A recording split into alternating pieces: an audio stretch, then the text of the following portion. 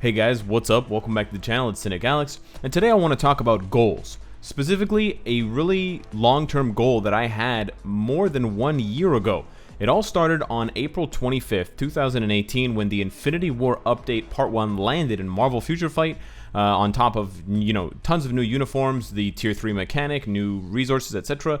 One of the most major changes that they made until now, to this day, was by reworking the World Boss and World Boss Ultimate stage mechanics game mode. They introduced the scaling difficulty, they introduced new resources, we've already talked about that, the booty boxes, etc. And the one thing that they introduced that I latched onto immediately as something that I could use as a sort of carrot on a stick to kind of lead me into the future was the raid level. Now, raid level is also supported by tier 2ing characters. So you can see the character bonus gives you additional HP, additional defense, additional attack, and very valuably for universals, additional valor. And valor would combine with raid level to, make the boss do less damage and make you do more damage or something like that. Reduce their defense, increase your offense. And so I set out. I was, of course, raid level 1 just like everyone else, and I started grinding. And for the most part, almost every day that I played World Boss Ultimate, I don't think I ever missed a day from then until now, I tried to do the highest stage that I could. I didn't always do the highest stages because sometimes I didn't have enough time, so I had to rush through, do lower stages. Sometimes I was just having a bad day and I was frustrated and I kept dying, so I would go down to a lower stage, and so on and so forth. I was testing out characters. I accidentally cleared a stage too early. You guys have seen that on YouTube videos with Doctor Strange, etc. But yeah, and maybe about 4 or 5 days ago, I finally hit my goal. I finally got to raid level 499. I wasn't the first person to get it. A few months ago, someone, I think Hamtada on Reddit, was, I believe, the first person I've seen publicly announce that they got into raid level 499. Possibly still not the first player, but it's definitely something that was doable in less than 1 year. Now, of course, it depends on how good your roster is when you first start playing and you first start calculating that year. I, of course, had very strong characters at the time, and since then they've only gotten much stronger with, tier 3, new uniforms, better cards, CTPs, etc. But it's a pretty amazing thing to finally hit that raid level 499, and I'll explain what it means in a little bit, but I first want to explain what it means to me to take about 450 days, which is roughly how much time it took from the 25th of April until about a week ago. What it means. It means, that all that hard work paid off, and it means that, not only can I now clear content a lot more easily into the 40s, into the 50s with my best teams, I can also take those teams into a stage 20, and I can literally play one-handed while I'm brushing my teeth at night, which is really handy, of course. And what I'm also excited for is the potential of new content where I can actually bring in terrible characters, possibly terrible, maybe just like pretty bad, but not the worst. And they can legitimately clear like a stage 20 because they have such a tremendous advantage. You can see that almost 10,000 additional attack, 10,000 HP. That's a huge buff for some of these characters, especially because some of the weaker characters that have never gotten a uniform, that have never gotten reworks, they are still sitting on their very first tier 2. Like take White Tiger, for example. Never gotten a uniform, never gotten a rework, just the same character that she was way back in 2016 when she was introduced with the new Avengers special missions. She's got 15,000 physical attack.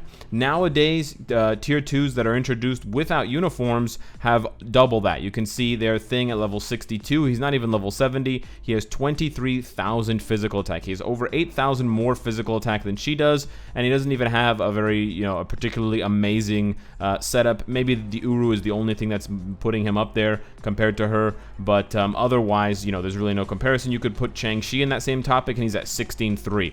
So you've got, a difference of 7,000 physical attack between the two of them, just because Thing is a character from 2019, and Shang-Chi's a character from 2016. I think he came around with the Shadowland update with Misty Knight and the Daredevil uniform, etc. So yeah, it opens up the possibility, it opens up the doors for me to do kind of bad character gameplay videos and potentially make them look really good. Now, of course, this is something that is unique to my situation, unique to not only my raid level, but my cards, etc. So me clearing a stage with Shang-Chi doesn't necessarily mean that anyone can go and do it, but the really nice thing is that you can set this, and many of you already have, set this as a goal for yourself in Marvel Future Fight, especially if you're the type of person who is feeling burnt out, if you're the type of person that feels like you don't really have anything to do in the game or anything to strive for. Try to push your raid level and see if you can push your raid level by 50 stages in the next month. That's going to be particularly difficult if you're at a high raid level already, but there are some days in the middle there where I was at raid level like 200, 300, where I was getting more than one level per clear as long as I was pushing the highest possible stage that I could. You can even set a timer now, and you can do the math on it taking me 450 days to get, 499 levels or 498 levels. I think you start at 0 or 1, I can't remember. Anyways, and you can divide that up and figure out, I was getting almost 1 level per day. So you can still do that, and you can use that as your own motivation to get stronger. And like cards, it's really one of the unique game modes because it offers a bonus directly in that game mode only. This bonus, of course, does not apply to any other game mode like Shadowland or ABX or Timeline Battle, but it gives you a bonus for your entire account. It's a global bonus like your cards and like other content like the agent level as well, if you were to invest all of those points into something like attack or something like defense or HP. So I think it's really cool, and I honestly think that it's time with players like me already getting there and other players already being ahead of me. Like I said, someone was there 2 or 3 months ago.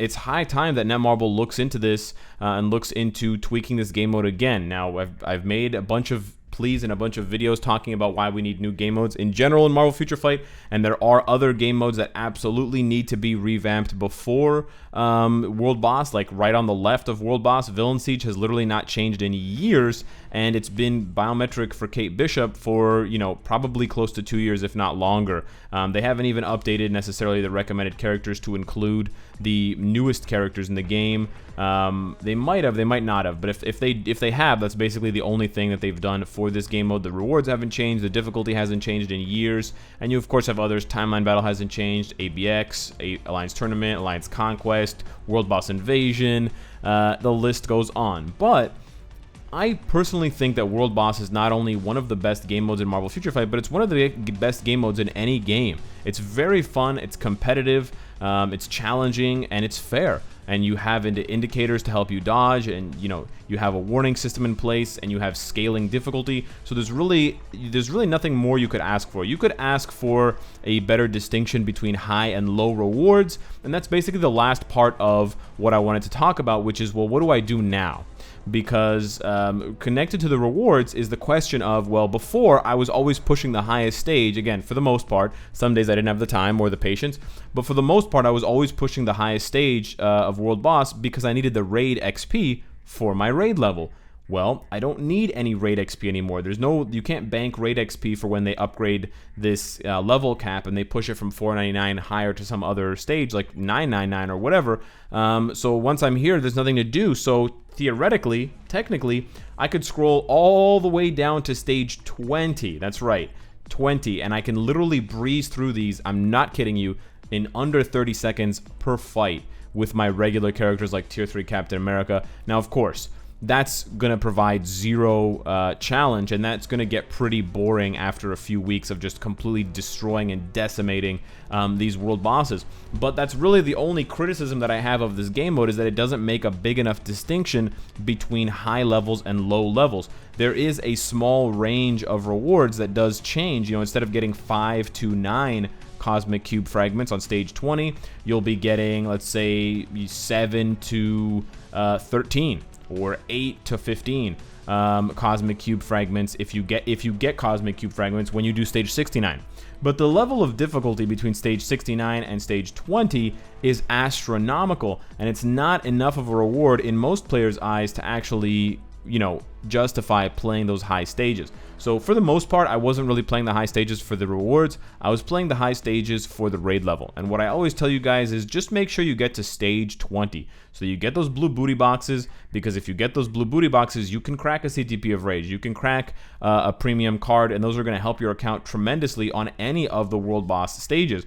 But yeah, beyond raid level, I don't really know if there's any reason why I should now not go down to stage 20 and just breeze through it 5 times per day. So I wanted to pass that question on to you guys. What would you do in my position?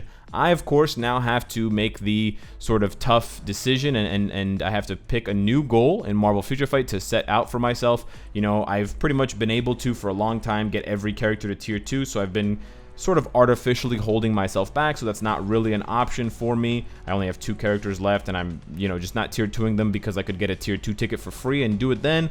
But otherwise, besides raid level, what should my next goal be? I've already gotten Master of Shadowland. I'm in a top 16, top 10 alliance for ABX.